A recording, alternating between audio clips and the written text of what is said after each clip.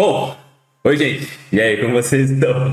Tranquilos? Conforme vocês pediram, eu vou fazer um 3 em 1 aqui, só que eu vou fazer um 3 em 1 de 3 capítulos diferentes. Então, acho que cada um HQ vai ficar com 1090, eu acho que o Bruno Bandeira vai ficar com 1091 e o Chapéu de Palha vai ficar com 1092. Então vai ser 3 em 1, só que de 3 capítulos diferentes, para ver se eu já chego perto de vocês aí, senão eu vou demorar muito. Então, bora conferir. Finalmente, Luffy Gear 5 versus Almirante Kizaru. A luta mais esperada de One Piece 1090 do nosso querido Evandro.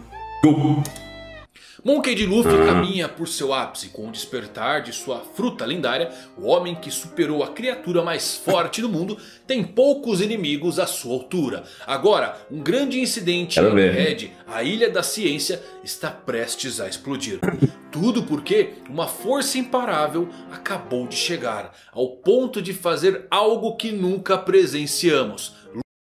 Luffy suar frio pela presença de uma lenda. Alguém muito poderoso está vindo. Quer saber quem é? Então sei que eu vou falar nisso. Mano, essa frase ficou muito louca. Tipo, alguém muito poderoso está vindo. Só que eu acho que assim, não significa que ele tem medo. Só que eu acho que ele teme mais pelo pessoal do Chapéu de Palha, não por ele. Tela, o seu olhinho brilhando, tudo porque agora você vai conseguir ver o poder total da Pika.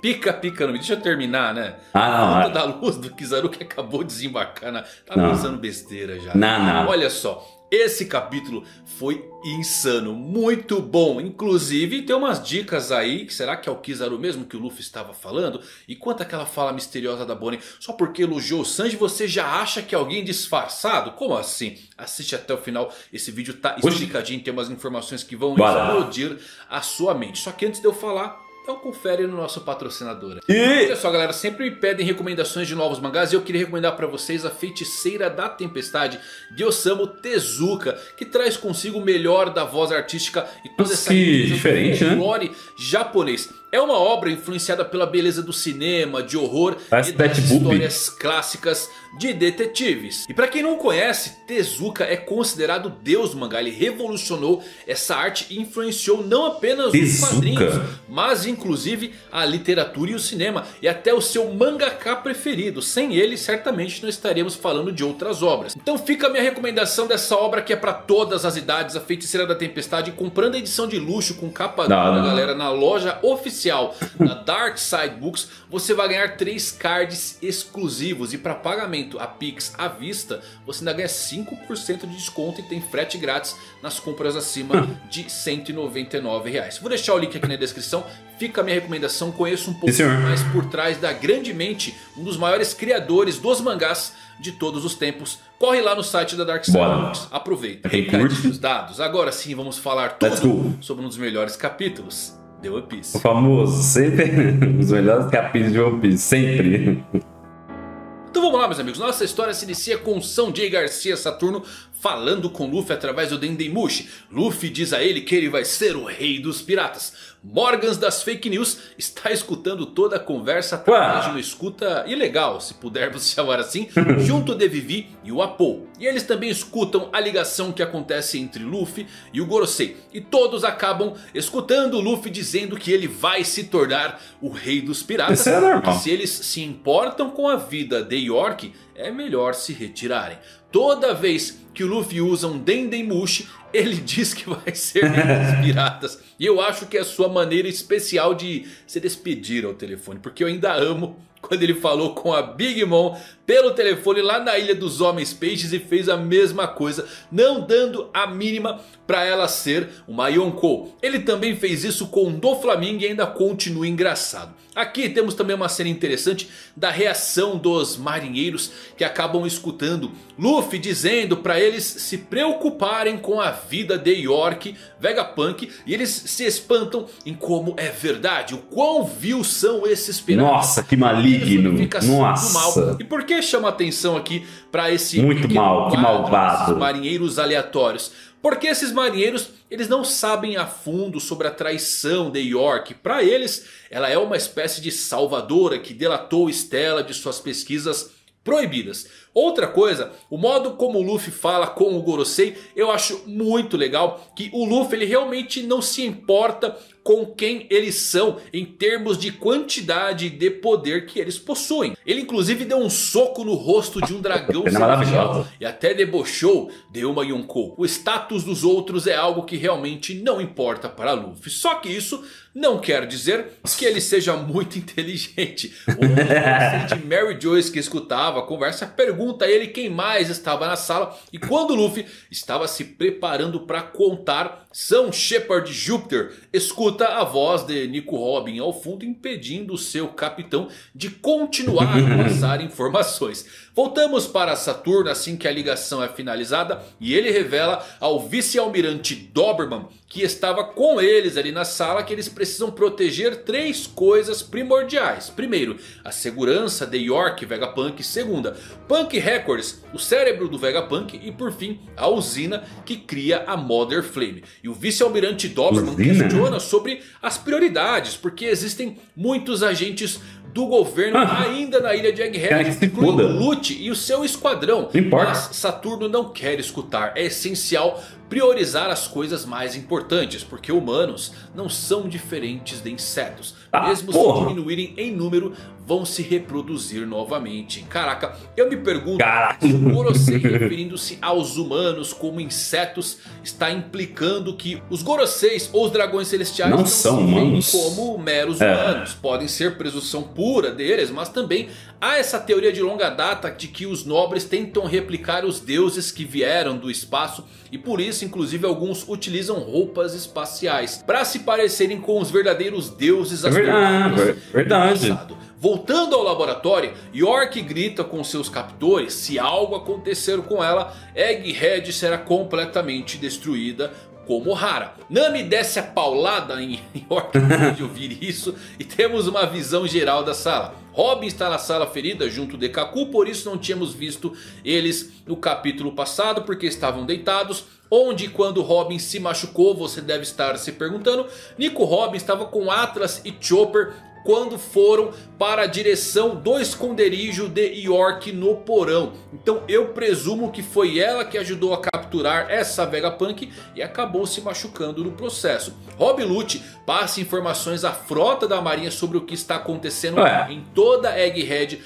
Sem que ninguém perceba. Também ficamos sabendo que, olha só, Shaka e Pitágoras realmente morreram. Eu estou chocado que Oda realmente matou Shaka. Ele é o satélite que eu pensei ser menos provável de morrer. Nossa, eu achava mó da hora o estilo dele, mano. Que estava prestes a morrer. Acredito que existe um backup dele na nuvem de Punk Records. É muito louco o estilo dele pra matar. Mas vale mencionar que todos esses satélites não são meros robôs. Eles têm uma parte do cérebro do Vegapunk. Então em tese isso aqui seria uma morte mesmo que eles voltem de um backup. Já no laboratório do subsolo, Nika, o Libertador, começa a fazer ecoar suas lendas por entrelinhas. Porque ele libertou os prisioneiros, pelo menos em parte, ao dar comida para eles. Mesmo eles sendo agentes do governo e continuarem em suas celas, Luffy ganhando admiradores. Vemos então que os serafins estão aprisionados em bolhas gigantes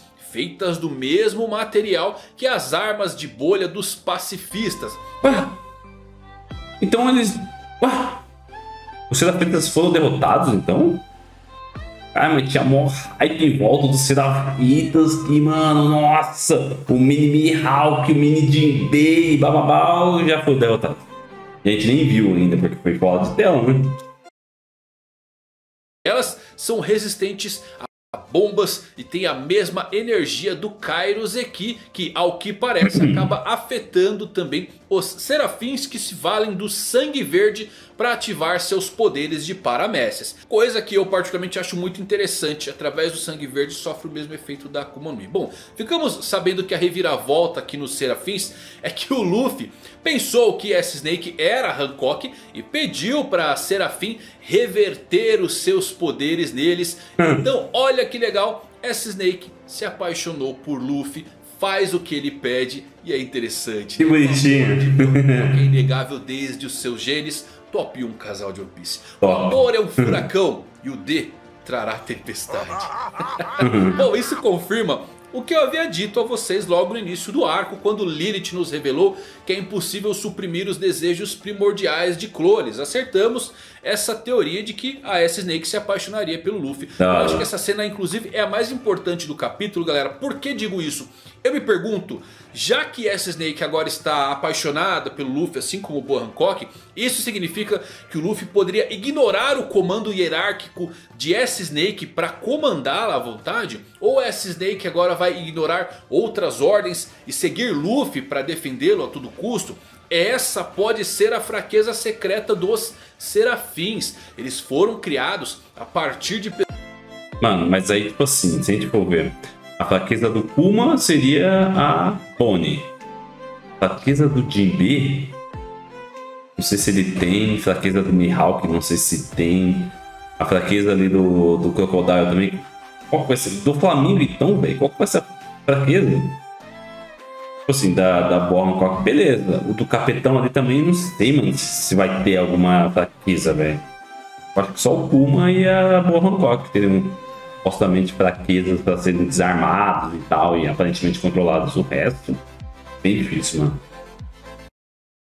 Pessoas obstinadas. E desde o início, Lilith nos disse que eles não descobriram um modo de suprimir totalmente a natureza das suas criações. É por isso que vemos aquele tubarão atacando o Sunny logo no início do arco. Talvez essa Snake seja Oda nos dizendo um instinto, né? Que se aplica aos outros serafins. O governo pode ter cometido um grande erro ao enviar Crocodile e Doflamingo Serafim para atacar a Cross Guild, porque a grande revelação aqui de que o fator linhagem usado para criar os serafins transfere personalidade e emoção inata, meus amigos, isso aqui pode ser enorme para todos os outros serafins. Será? Então guardem aí, se sentimentos podem substituir a cadeia de comando, vai ser muito legal ver o desfecho. Mas tem uns aí que nem tem sentimento, pô. Agora. Ficamos sabendo também que os Chapéus de Palha planejam escapar diretamente, olha pra onde? Elbaf. Utilizando as máquinas do Dr. Vegapunk. Caralho, que da hora, finalmente. Colocou uma senha de segurança na ilha para que ninguém consiga sair de lá. Já a Rob Lute estava olhando para Stussy e quando ela percebeu, ela disse para ele parar com isso. Bom galera, olha só, o arco de Elbaf é premeditado desde o capítulo 117 e finalmente chegou a hora. É aqui que teremos definitivamente o arco de Usopp se tornando... Nossa, tomara! Tomara, velho. Também saberemos o desfecho de Eustace, Capitão Kid e quem sabe mais da própria Big Mom também. Porque aquela história de canibalismo com Madre Carmel e os seus amiguinhos... Bizarra, né, mano? Eu ainda acho que é meio obscura demais pro Oda não adentrar novamente. Já Rob Lute encarando a Stussy, eu acho que ele está marcando ela como um alvo para ser morta pela sua traição. O verdadeiro Vegapunk está tentando quebrar a senha que foi definida por York. E então passa algumas informações de como eles vão escapar da ilha. Eles vão utilizar o enorme robô Vega Force. Só que o robô só consegue voar próximo à Ilha da Cabeça de Ovo, mas ainda pode ser útil, porque pode proteger o Sunny, que sim, consegue voar pelo mar utilizando o Cola. E é muito legal aqui o Vegapunk se espantando com uma fonte de energia desconhecida. Eu adoro ver o Vegapunk surpreso com as invenções do Frank. E eu queria muito mesmo ver mais interações entre Frank e o Doutor. Tomara que o Oda possibilite essa conversa entre ambos. Mas para tudo isso vir a acontecer, o domo precisa ser desativado. E enquanto o Vegapunk tenta hackear o sistema para bular a senha colocada por York, que não foi compartilhada em Punk Records, Luffy, Bonnie, Frank e Lilith vão em direção aonde está o Sunny e o Vega Force para se prepararem para partir. E temos então mais uma cena misteriosa, talvez a maior do capítulo.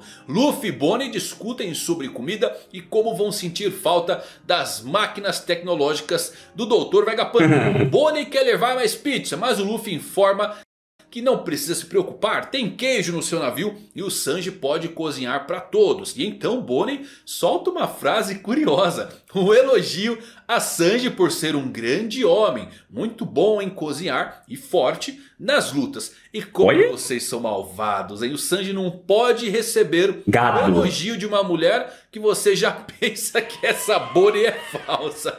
O Luffy até estranhou essa mudança de humor nela. E para fechar esse ar de mistério, o Luffy ele se sente aliviado porque a Bonnie não está mais chorando. Só que a Bonnie responde algo que não faz muito sentido. Ela diz que nunca chorou. Vamos lá, galera. É a Bonnie aqui ou seria a Catarina Devon se disfarçando dela, assumindo toda a sua forma? A Bonnie elogiando o Sanji faz total sentido. Mas eu concordo que acaba sendo uma frase muito estranha. Mesmo que ele esteja falando sobre comida aqui, é sempre bom lembrar que ela é conhecida pelo mundo como a Grande Devoradora. É sua alcunha. Então se fosse Catarina Devon aqui com Luffy, comendo, né? O que Devon poderia fazer para fingir ser Jerry Bonnie, se interessar por comida. Mas uma mulher que gosta do Sanji é suspeita, querendo ou não. E a dica para achar Devon é a sua risada característica que ela não consegue disfarçar muito bem. Isso quando ela se transforma em Absalom, beleza? Só que aqui tem alguns contrapontos também.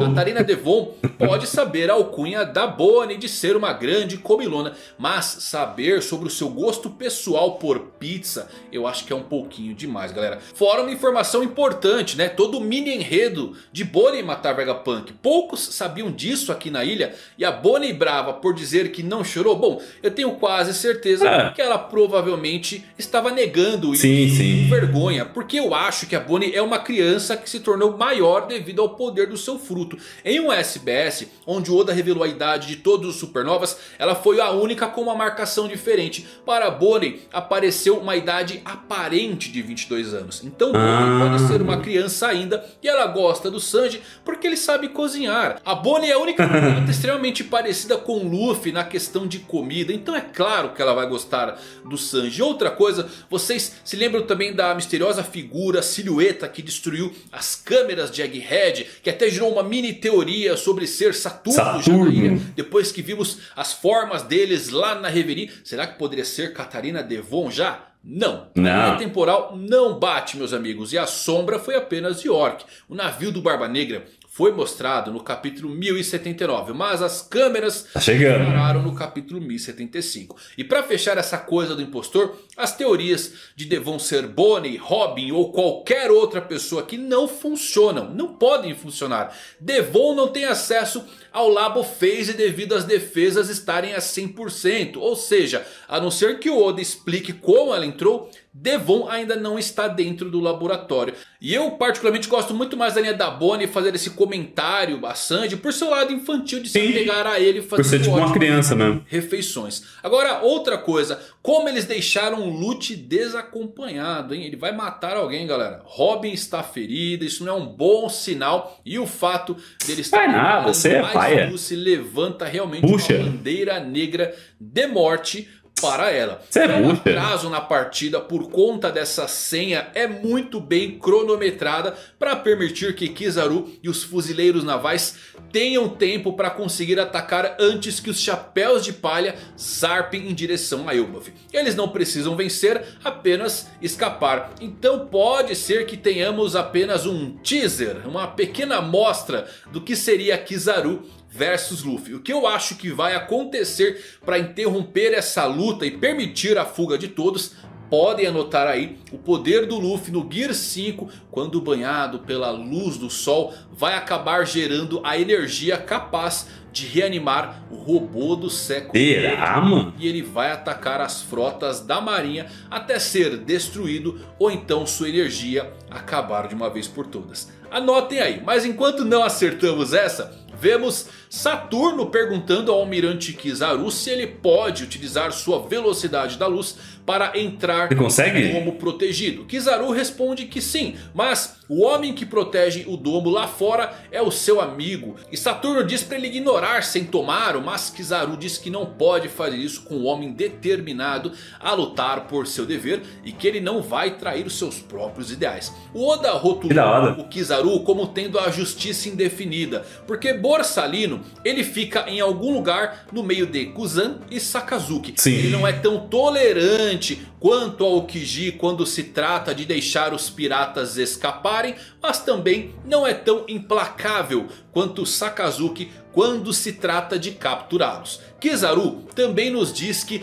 não pode ignorar Sentomaru, porque ele mandaria todas as bestas marinhas atacar a frota da marinha. E aqui uma cena que eu achei muito curiosa: os fuzileiros navais estão se comunicando através de balões de pensamento, quase que sussurrando. Pode ter a ver com haki de observação e vozes, e eles não querem que Sentomaru perceba que eles estão se posicionando para se defender. Se for isso, eu acho que é a primeira vez que vemos algo parecido acontecer. Já em Egghead, vemos que o Kizaru já chegou na ilha utilizando sua técnica Yata no Kagami. E Sentomaru bloqueia um chute de Kizaru assim que ele chega na ilha. Sentomaru diz que sua defesa é a melhor do mundo. Isso aqui é muito legal, galera, porque o Sentomaru disse o mesmo lá no capítulo 511 na ilha de Shabold, quando ele conheceu os chapéus de palha. E aqui eu deixo uma parte bem engraçada para destacar o quanto uma boa tradução faz total diferença. Se você procurar esse capítulo em português,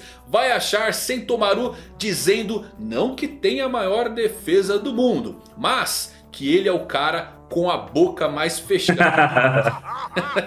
Tudo a ver, né?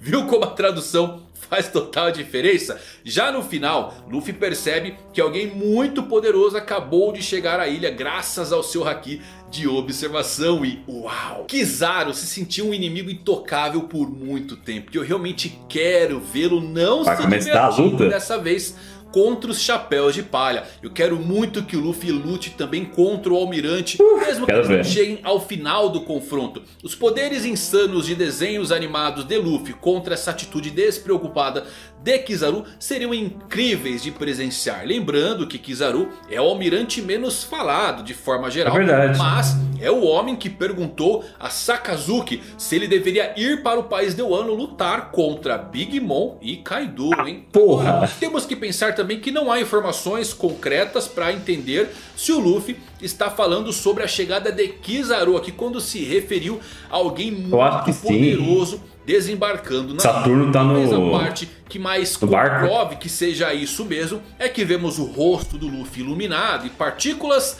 de luz logo ao seu lado. E sua fala bate com o tempo da chegada do almirante. Ai, tá chegando! Porque soa estranho ao mesmo tempo o Luffy dizer isso, porque há uma situação bem parecida em Wano, quando o Ryukugyu se infiltrou e o Luffy realmente não se preocupou com esse assunto. Até uma diferença, né? De ir pra cima do almirante ou falar qualquer coisa, colocou sua fé em Yamato e Momonosuke. Ou mesmo Issho em Dressrosa, onde não vimos essa mesma reação. A não ser que Kizaru seja muito mais forte que eles, né? Poderia ser alguém dos piratas do Barba Negra que acabou de desembarcar? Nunca, meus amigos. Quem na tripulação do Barba Negra, além dele próprio, o Aokiji, seriam tão poderosos ao ponto de abalar Monkey D. Luffy e ainda fazer brotar suor no seu rosto?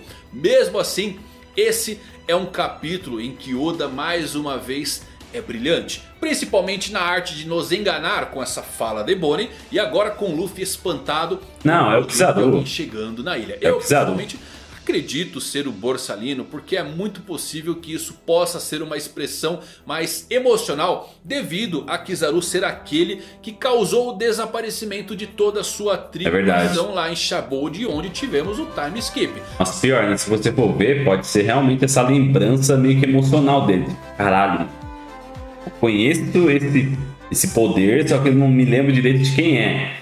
E mano, quando ele aparecer, puta...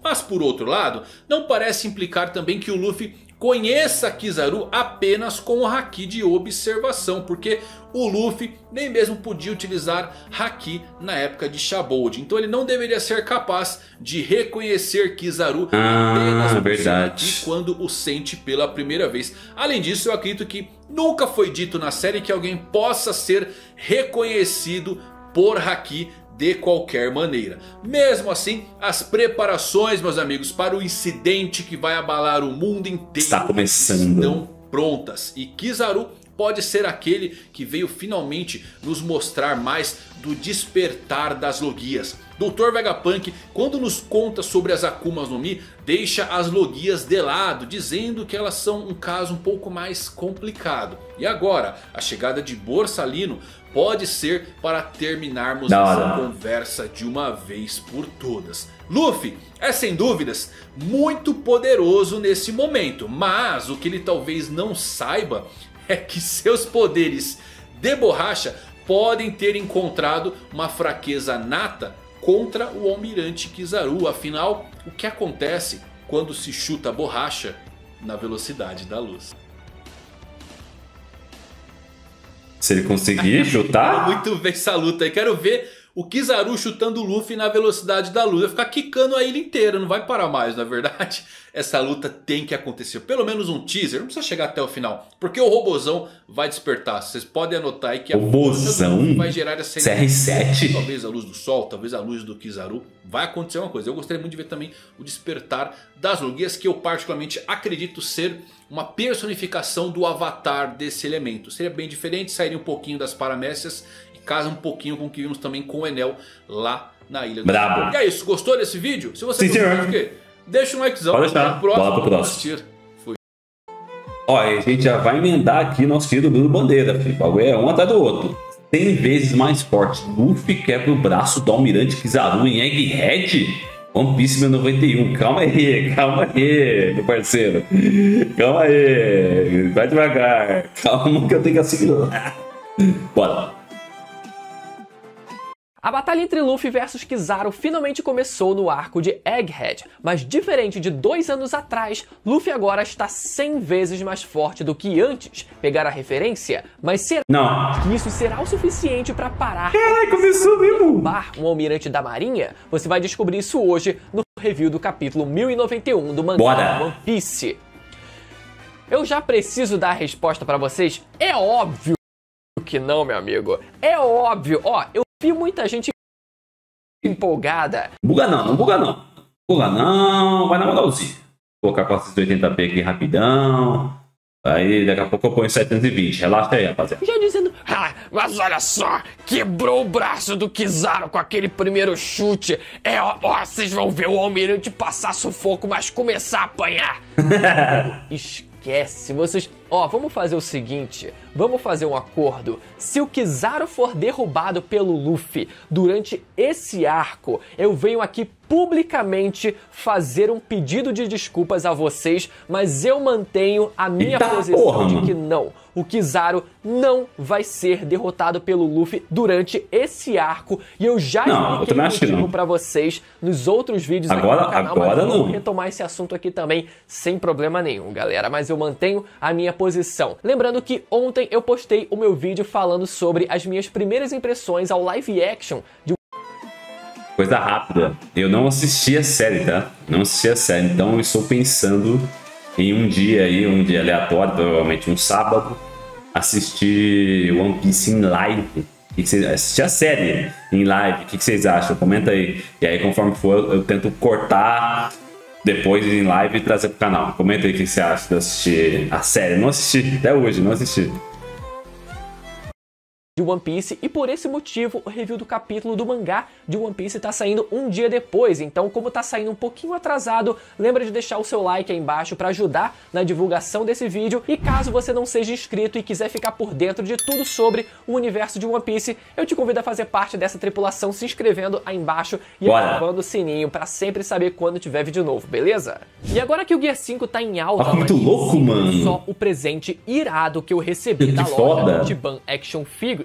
Nossa, os caras chegaram pra mim louco, e só me perguntaram, Bruno, qual boneco? Olha isso! E eu fiquei tipo, pô, sem graça, né? Pô, tem esse que eu acho maneiro, tem esse outro aqui que eu gosto também, e tem esse Luffy no Gear 5 segurando esse raio, essa pose irada, que de todos os figures do Gear 5 que já fizeram até agora, essa é muito louca, velho. Favorito. Quando eu bati o olho, eu falei, mano, se for pra me presentear com algum, eu quero que seja esse. E os caras só falaram, beleza então, quando lançar, a gente manda um pra Caralho, você. foda. E agora esse monstro tá aqui comigo e vai fazer parte do cenário a partir de hoje, galera. Porra, olha o tamanho disso. Olha, minha mão não é pequena, calma aí, pô. Mas também não é tão grande, mas ainda assim dá pra ver que o boneco é grande. Olha o tamanho da minha cara aqui. E se você quiser garantir o seu personagem favorito, a Ichiban Action Figures tem o maior catálogo de figuras de anime do Brasil, inclusive com figuras com preços mais acessíveis do que esse também. Então, ó, confere o link que eu vou deixar na descrição e no comentário fixado para você conferir o catálogo inteiro da loja, que eu tenho certeza que você vai encontrar o seu. E quando for finalizar a sua compra, tomei 2 AD, velho. usar o meu cupom de desconto BrunoB10, um Devante e um do Bruno. Ganhar 10% de desconto em compras acima de R$100, beleza?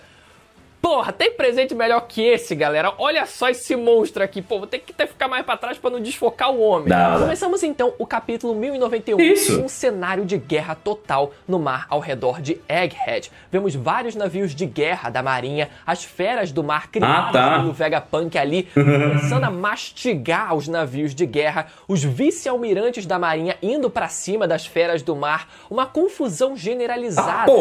Apesar de serem elementos menores, né, de não tão grande importância, ainda assim servem como uma forma de ambientação para dar uma suplementação, né, um complemento a mais para todo esse cenário de batalha que tem acontecido, que se iniciou a partir de agora. Mas indo para o que mais interessa, dentro da ilha vemos o Kizaru chegando e chutando o Sentomaru com um chute, você já chutando na velocidade da luz? Toma. Em seguida, lançando um Yasakani no Magatama, uma das suas técnicas. Ele pediu desculpa. Mas que o Sentomaru consegue desviar correndo e eu fiquei... Pô... Não era pra ser na velocidade da luz, mas... Não. Ele conseguiu desviar? Sentomaru então pega o seu machado e aí sim a gente vê o homem lutando a sério e tenta cortar o Kizaru ao meio, que se divide e consegue evitar ser atingido. Uma estratégia, né, muito parecida com o que a gente viu o Aokiji fazer com Barba Branca lá na guerra de Marineford, né? Ali, pelo visto, né, apesar de não ter ficado muito claro também, conseguindo abrir um buraco no corpo para evitar ser atingido, já que o próprio Sentomaru tem o armamento avançado e poderia também atingir o corpo de luz do Kizaru. E nesse momento vemos o Sentomaru dizer que ele deve a sua vida ao tio Vegapunk e que não liga para qual lado ele está lutando, contanto que o ajude a escapar. Brabo! Nesse momento, vemos um pequeno flashback do Sentomaru criança tendo derrotado vários ursos. E muita gente pode não ter pegado essa referência, mas para quem não sabe, a criação do personagem do Sentomaru foi inspirada num herói do folclore japonês chamado Kintaro, uma figura de uma criança que usava apenas um babador,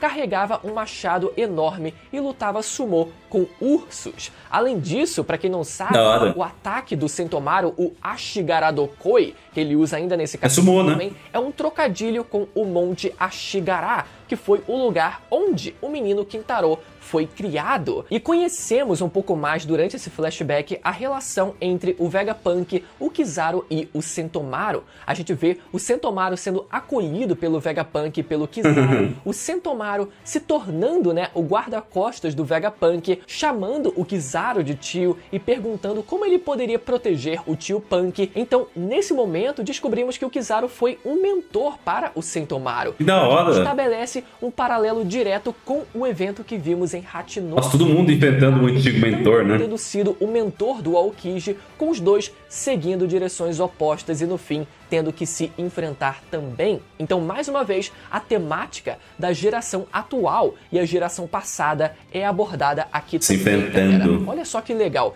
Você vê esse paralelo sendo estabelecido, né? Primeiro com o Aokiji lutando e enfrentando o seu mentor Garp, e aqui o Sentomaru também enfrentando o seu mentor, que a gente descobre nesse capítulo.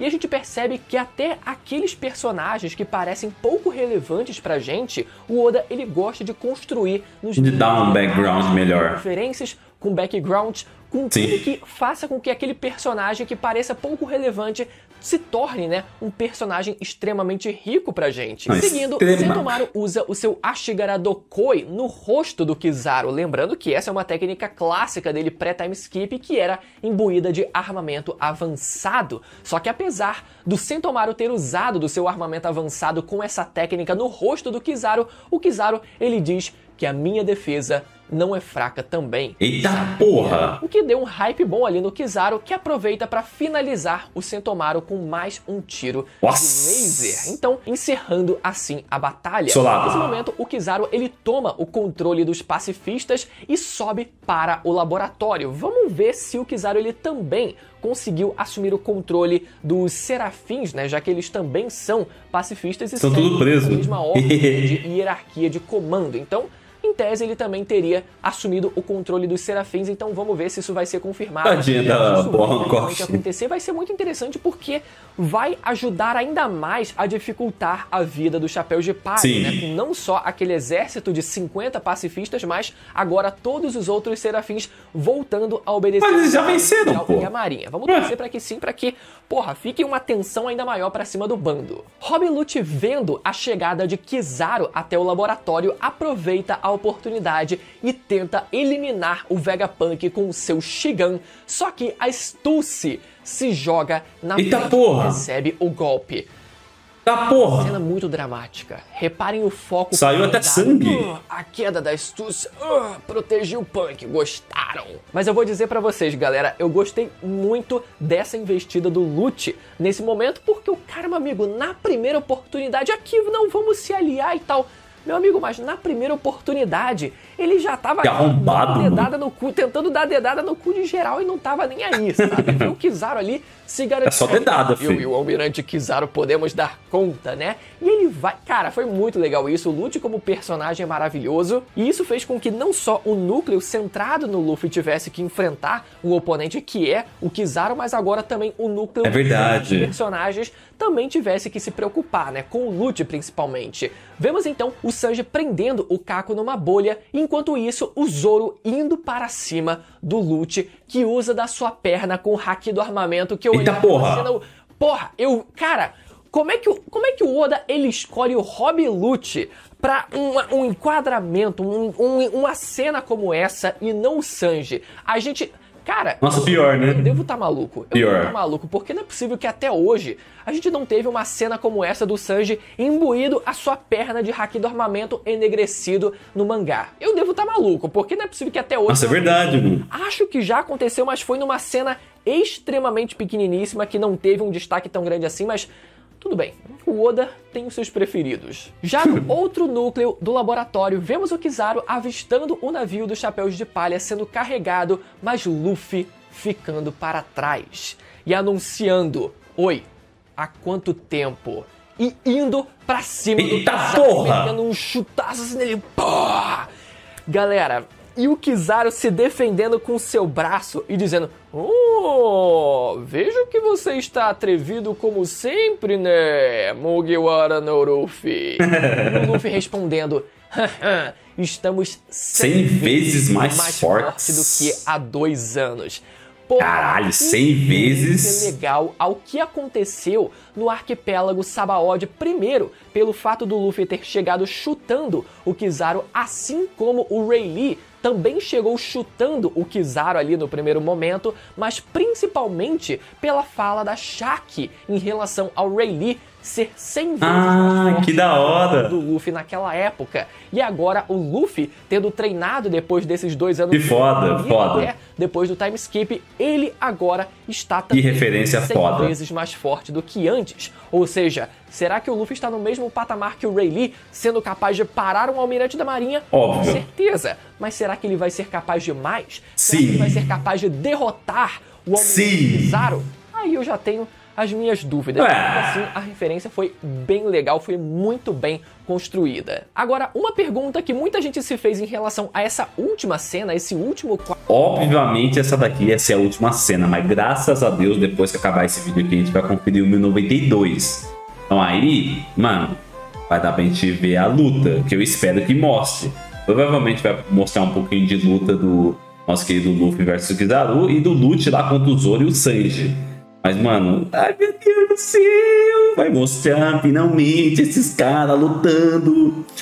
E pra você ver, provavelmente eu tô tão atrasado que eu acho que provavelmente essas cenas aqui até saíram no anime já. Vocês até assistiram e eu tô aqui no mangá. Mas eu vou tentar acelerar pra chegar onde vocês estão, beleza? quadro foi se o Luffy ele chegou a usar não só o seu armamento para conseguir ferir, né, não só tocar, mas conseguir ferir o Kizaru, mas se ele também chegou a usar do seu haki do Conquistador avançado, e é muito provável que ele tenha usado os dois tipos de hack. Primeiro, o armamento para conseguir ferir o almirante e segundo, o seu conquistador para conseguir potencializar esse golpe, né? E isso se prova por a gente ver o fluido de hack vazando, inclusive pelo chapéu de palha do Luffy nessa cena. E a segunda pergunta é se o Luffy ele chegou a quebrar o braço do Kizaru com esse chute, já que a gente pode ver a onomatopeia de Crick ali naquela cena, que talvez pudesse indicar que o braço dele foi quebrado, mas nada disso. Essa é uma onomatopeia que nada mais indica um ranger de alguma coisa. E isso sendo atribuído ao uso do próprio haki do Luffy ali, dando aquela pressionada ali, obviamente, no braço do Kizaru, que dá essa impressão, faz e causa esse som de ranger ali entre os corpos deles dois. Mas como eu já falei 1 milhão de vezes aqui pra vocês, não faz o menor sentido o Kizaru ele ser derrotado agora. Mas que não. Cara, imagina, olha só, você tem o Kizaru ele sendo derrotado para depois ele se recuperar, obviamente, e lutar de novo, vir a ser derrotado mais uma vez por outro oponente. Não faz sentido. Seja o Zoro, o Sanji ou quem sabe até o Barba Negra vindo a derrotar o Kizaru. Imagina você tirar o hype do Kizaru agora para depois ele ser... Cara, não tem porquê. Você mantém o Kizaru com um hype lá nas alturas, empatando e ficando de igual para igual com o Luffy nesse momento, para depois, quando ele vir a ser derrotado lá nos finalmente da saga final de One Piece, ele tendo finalmente a sua derrota. Mas agora não tem o menor sentido isso acontecer e provavelmente não vai acontecer. E quando eu digo que o Kizaru não vai ser derrotado, eu não digo ao mesmo tempo que o Luffy vai vir a ser derrotado, mas sim que ele vai acontecer alguma coisa que vai interromper a luta. Ali, e nenhum dos dois vai conseguir vencer um ao outro. Mas eu quero saber agora a opinião de vocês aí nos comentários. Então bora pro próximo vídeo do Chapéu de Palha. Só bora. As primeiras impressões sobre o live action. Bora. Sem spoilers. Gente, mudança de planos, tá? O nosso querido Chapéu de Palha, eles não têm o vídeo da análise do mangá 1092. Então eu peguei do Bruno Bandeira novamente. Então eu conto com a compreensão de vocês. Então bora lá. O Gear 5 chegou, o Kizaru destrói o Luffy, Egghead, o almirante mais forte aparece, mano. Não tô entendendo nada. A batalha que estávamos esperando, Nika versus Pika. Luffy é forçado a entrar no seu Gear 5 para enfrentar o almirante. É óbvio. Agora será a vez de Kizaru sentir a Pika entrar na velocidade da luz no capítulo 1092 do mangá de One Piece. É óbvio. Ai, o tá catando ali, mano. Não só tivemos o Kizaru nesse capítulo, mas tivemos o homem levantando finalmente a bunda da cadeira e fazendo alguma coisa depois de mais de 10 anos. Não faz nada isso aí. Ele sentou naquela cadeira e nunca mais decidiu sair, galera. Essa vai ser uma análise extremamente profissional, extremamente imparcial, de praxe aqui do canal, então vocês podem ficar tranquilos. Eu vou fazer a análise mais sincera e analítica e precisa. Puxa saco da Marinha. Mas agora, sério, galera, teve muita coisa bacana nesse capítulo, muita luta e também algumas coisas interessantes, hein? Um ótimo gancho no final dele, então vamos falar sobre isso também. Então, pra você não perder nenhum detalhe importante, lembra de ficar até o final do vídeo. E caso você ainda não seja inscrito, lembra de conferir a sua inscrição aí embaixo e vem fazer parte do meu mundo. Meu vídeo é meio maluco, né? Mas lembra de conferir a sua inscrição no canal aí embaixo e de ativar o sininho pra sempre ficar por dentro de tudo sobre o universo de One Piece. O comentário de vocês e o feedback de vocês se inscrevendo, galera, motiva demais. Se inscreve aí, doidão. Você tá voltando, se inscreve aí, mano. Deixa o like. Beleza. Porra, deixa o like, então, custa nada, hein? No 1092 do mangá de One Piece, não na ilha de Egghead, mas sim na Terra Sagrada de Marijoa, onde a primeira coisa que podemos ver é um gigantesco Urussu Sushoku explodindo parte ali da dianteira ali do prédio central da Terra Sagrada de Marijoa. E a primeira coisa que vale a gente discutir aqui é sobre a dimensão dessa técnica. Diferente do anime no arco de Thriller Bark, que fez parecer com que aquela técnica fosse absurdamente imensa, dando a impressão de ter coberto a ilha inteira praticamente, dizimar tudo, pulverizar absolutamente tudo. Na verdade, essa é uma técnica até bastante contida, que no mangá, até no arco de Thriller Bark, a gente gente tem uma noção mais clara disso, e a gente pode ver essa técnica aqui também sendo reproduzida mais uma vez. Não foi uma questão do Kuma estar enfraquecido, mas sim pela própria dimensão como ela sempre foi, na verdade, no mangá. Então, ainda assim, né, uma técnica com uma destruição em área interessante. E a segunda coisa importante que a gente pode discutir a partir disso são as intenções do Bartolomeu Kuma. A gente viu no último capítulo em que ele aparece, ele tentando subir a Terra Sagrada, line até chegar na Terra Sagrada de Marijoa. Só que a gente não sabia exatamente quais eram as suas intenções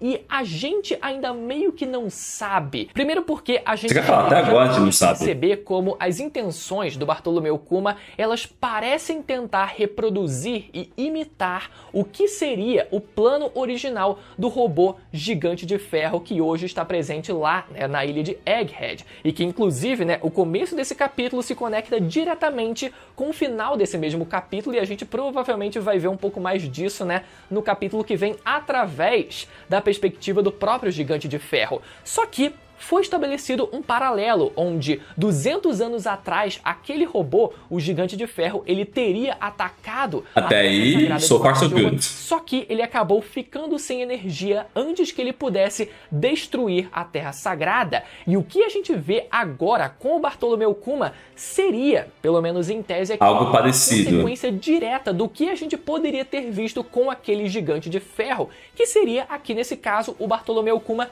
sim, destruindo a Terra Sagrada, mas que eu não acho que seja somente isso. Por mais que ele tenha ali causado uma certa destruição, não faz sentido ser só isso, sabe? Eu acho que realmente tem alguma coisa mais secreta, mais oculta, e que o Bartolomeu Kuma ainda precise adentrar ainda mais na Terra Sagrada para conseguir atingir esse objetivo que a gente ainda não sabe. Mas vamos falar um pouco mais disso lá pro final desse vídeo, e vamos focar agora no que tivemos no começo desse capítulo, né? Depois que o Bartolomeu Kuma usa da sua técnica do urso choque, a gente vê ali, né, finalmente o homem levantando a bunda da cadeira e fazendo o quê? Fazendo alguma coisa. Eu ia gostar bastante se a gente tivesse visto ali ele, porra, quebrando o charuto, falando, porra, agora chega, cansei, e decidindo ir fazer alguma coisa pra dar aquele... Só o fato dele levantar da cadeira, do Akainu, levantar da cadeira já ia ser um negócio que eu ia ficar, meu Deus, e agora? Mas ainda assim, foi uma surpresa muito positiva ele ter aparecido ali do nada na frente do Bartolomeu Kuma. Caralho! Antes deles começarem a tretar, a gente vê lá os Tenryubitos e as suas prioridades, né? Dizendo, Akainu, a gente tinha um jantar aqui marcado, né? Foi contratada umas lagostas, não sei o que, então... cadê? Resolve essa situação aí, porque não, assim não dá, né, meu amigo? Assim não dá. E o Akainu... Prioridades. Ignora. Aí, mano, tá tudo carregado, velho. Por que fica travando essa porra? Sabe? E simplesmente ignora porque, meu amigo, uma hora, quando o filho da puta encher o saco, meu amigo, simplesmente vai jogar uma lavada de magma em todo mundo, vai despirocar completamente, vai jogar magma em todo mundo, vai dizer que foi sem querer. Mas enfim, vemos então o Almirante de Frota, cara, depois de mais de 10 anos, entrando em ação mais uma vez. Caralho, metade da cabeça. Gol contra o Bartolomeu Kuma, arrancando ali parte da sua cabeça, exatamente como foi no arco de Marineford, com ele tendo também arrancado parte da cabeça do Barba Branca, coisa que foi censurada na versão do anime, e talvez pouca gente se lembre disso, né? Então foi exatamente... E no anime vai ser censurado de novo. Aqui também, só que nesse caso, a gente vendo que logo em seguida, o Akainu ele volta e já tenta ali jogar mais séries de magmas em cima do Kuma, que ali começa a ser queimado, mas ele consegue fugir. A princípio, a coisa terminou por aí, com Bartolomeu Kuma fugindo, vendo que não teria chance contra o homem, né? Óbvio que não teria chance, e decidindo fugir. Só que eu não acho que esse foi o caso. Eu não acho que o Bartolomeu Kuma ele decidiu fugir para que a gente tenha tido esse plot interminado. Na verdade, eu acredito sim que o Kuma ainda esteja meio que por aí, né? Ele possa ter recuado. Não, eu acho que ele tá por perto também. Mas ele ainda volte para tentar concluir o seu plano, né? Senão a gente nunca vai saber. A não ser que realmente seja o caso do Kuma ter literalmente vazado de lá. Vi que não deu, galera. Não deu, tentei, não deu. Fui pra casa E a gente descansar, vê né? qual seria esse objetivo. Gigante de Ferro. A partir, como eu falei, da perspectiva do Gigante de Ferro que agora ele despertou no final desse capítulo. Pode ser que ele despertou mesmo pra gente o que ele pretendia fazer na Terra Sagrada e que o Bartolomeu Kuma não teria conseguido aqui também. Voltando finalmente para a ilha de Egghead. Eita porra! Vemos o Kizaru enfrentando o Luffy já num quebra-pau enorme, com o Luffy já na sua forma do Gear 4 Snake Man. E podemos ver ali, ó, o Luffy usando do seu Culverin, tentando, na verdade, ali pegar o Kizaru desprevenido com a sua velocidade, mas o Kizaru ali reagindo sem problema nenhum e usando ali só das suas mãozinhas ali, ó, brilhando como luz, mas pelo visto usando o momento avançado também para poder se defender sem problema nenhum. E nesse momento muita gente se perguntou se o Luffy ele teria esquecido de usar o seu armamento avançado também, ou quem sabe da sua observação avançada para poder causar um dano mais sério, uma chance maior contra o Kizaru. E pode ser que ele realmente não tenha usado nesse momento. O Luffy ele vai aquecendo aos pouquinhos, ele dá uns certos moles até ele realmente normal, extremamente sério numa batalha. Mas pode ser também que ele tenha sim usado tudo isso de forma implícita, só que isso talvez não tenha ficado tão visível assim pra gente, né? Pode ser sim que ele tenha usado também. Fica aí essa incógnita pra, quem sabe, o Oda responder num capítulo mais adiante. Kizaru, então, além de se defender do Gear 4 Snake Man, consegue desviar sem problema nenhum dele e voa pra longe de Egghead e acelera o seu próprio corpo, dizendo que velocidade é força. Da hora. E nisso, dá um chutaço no Luffy, isolado contra o Vega Force número 1 e explodido contra a barreira que cercava ali, né, que protegia o domo, que protegia a parte de cima da ilha de Egghead.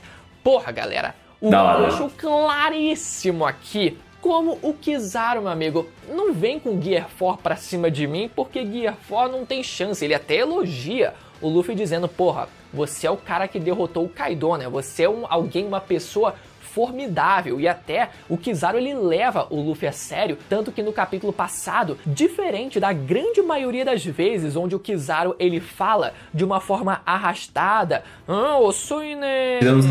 tirando sarro no final das suas frases, ele não usa dessa prolongação no capítulo passado, quando ele fala com o Luffy, ou seja, ele tá um pouco mais sério, ele tá um pouco mais contido, então ele sim respeita o Luffy como um oponente. Só que deu pra ver, meu amigo, que Gear 4 não tem jeito nenhum, não tem chance alguma, tanto em força quanto em velocidade. Kizaru aproveita que o Luffy foi completamente isolado e vai atrás da Bonnie, e a gente vê um diálogo interessante entre eles, como o Kizaru repetidamente ao longo desse capítulo diz e afirma que ele não tá confortável nessa situação, que ele não gostaria de estar fazendo o que ele está fazendo, que ele não gostaria de ter que eliminar o Dr. Vegapunk pela proximidade que eles têm já de muitos anos atrás, e por isso ele fala pra Bonnie, não me obrigue a machucar pessoas, né, que eu não gostaria de estar machucando também. E nisso ele desvia ali do golpe da Bonnie sem problema nenhum, e nisso o pé dele já tá ali na nuca da Bonnie, pau!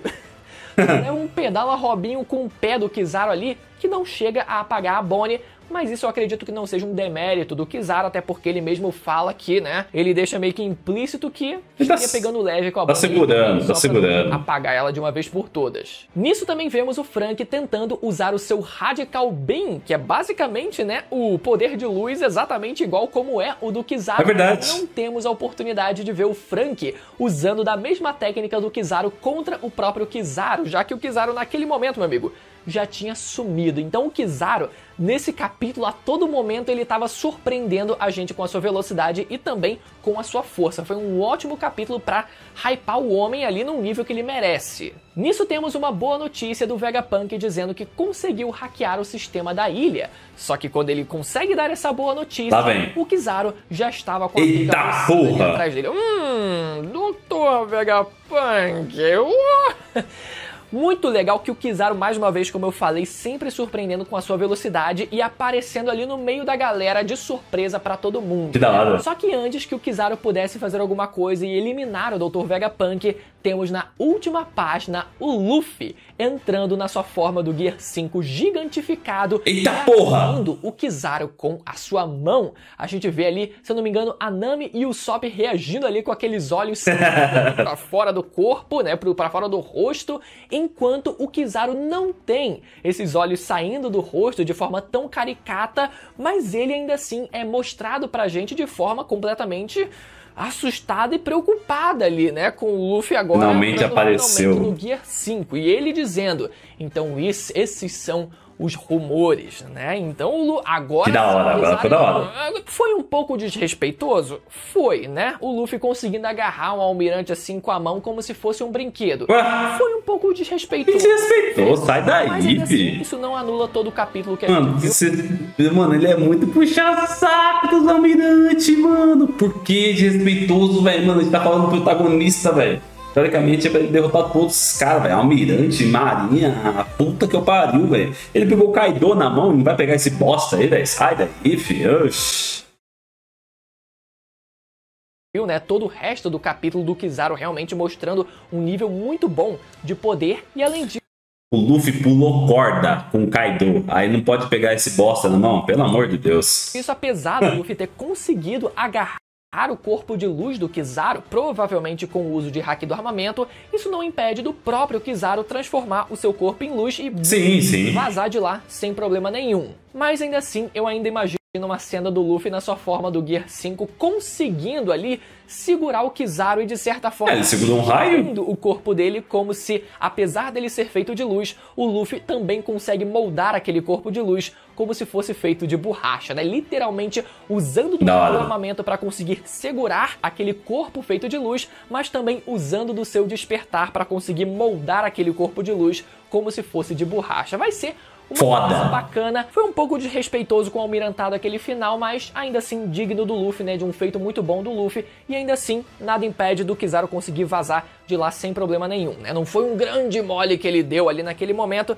Tá tranquilo, galera, relaxa. E o grande gancho que tivemos ao final desse capítulo que foi, através dos tambores da libertação sendo tocados mais uma vez e dessa vez na ilha de Egghead, temos então o Gigante de Ferro despertando. Eita porra! Galera, esse foi um gancho muito interessante e que vale uma discussão muito legal, muito extensa aqui sobre o que exatamente aconteceu aqui. Porque, recapitulando, a gente sabe que esse mesmo Gigante de Ferro, ele atacou Marijoa 200 anos atrás. E acabou a energia. Sem energia antes que ele pudesse fazer alguma coisa. Só que até onde a gente sabe, esse Gigante de Ferro, ele tinha a sua própria fonte de energia. É tipo uma bateria, sei lá. É estranho, já que ele ficou sem energia 200 anos atrás e agora ele conseguiu ser reativado. O Luffy é capaz de emanar a sua própria energia ou seria só uma questão de programação, com esse robô tendo sido programado para ser despertado quando os tambores da libertação fossem tocados, como está acontecendo agora. Não dá pra saber. Se esse fosse o caso, mas então por que ele teria ficado sem energia 200 anos atrás? Será que ele não ficou sem energia? Será que 200 anos atrás os tambores da libertação foram tocados também? Mas isso não faz sentido, porque a gente sabe que a fruta do Luffy só despertou depois de 800 anos. Então, uma série de perguntas pior, né? que o Oda adora deixar a gente ficar se perguntando e viajando para tentar encontrar alguma resposta. E eu quero saber as opiniões e as teorias de vocês fechado. nos comentários, beleza? E beleza! Caso assistido meu vídeo sobre as referências e curiosidades. Não assisti. Não vou assistir. Mas, cara... Nossa, muita coisa acontecendo nesses 10 episódios. Mas eu acho que, assim, o principal é, obviamente, a luta do Kizaru e do Luffy finalmente acontecendo. E, pô, eu acho super forçado depois assim, ai, foi desrespeitoso com o almirante. Mano, é o Luffy no Gear 5, mano. Se ele não conseguir fazer isso, ele vai fazer isso aí quando, tá ligado? Tipo, o momento dele, mano. É agora que ele vai mostrar, tipo, realmente que ele é o mais forte de todos. E achei da hora também o Kuma fugindo do Akainu, né? Tipo assim, qual que era a intenção do Kuma? Então, tipo, ele tava avançando até onde ele conseguiria ir, e aí ele falou, mano, cheguei até ali mais ou menos, só que, ó, se você chegar ali, o Akainu vai aparecer. Não sei se essa é a estratégia dele. E pra finalizar, a gente teve um bonecão aí acordando. A gente não sabe se é por causa do Luffy, sei lá, saindo a energia dele, se é por causa do coração dele batendo. Muitas coisas que o Oda ama deixar no ar. Mas obviamente a gente vai conferir logo nos próximos vídeos que eu vou estar vendo. Vou fazer um 3 em 1 de novo. Vamos ver se eu consigo colocar o chapéu de palha aí também. E fazer esse 3 em 1 com cada vídeo sendo um mangá. Beleza? Então é isso. Beijo e até a próxima.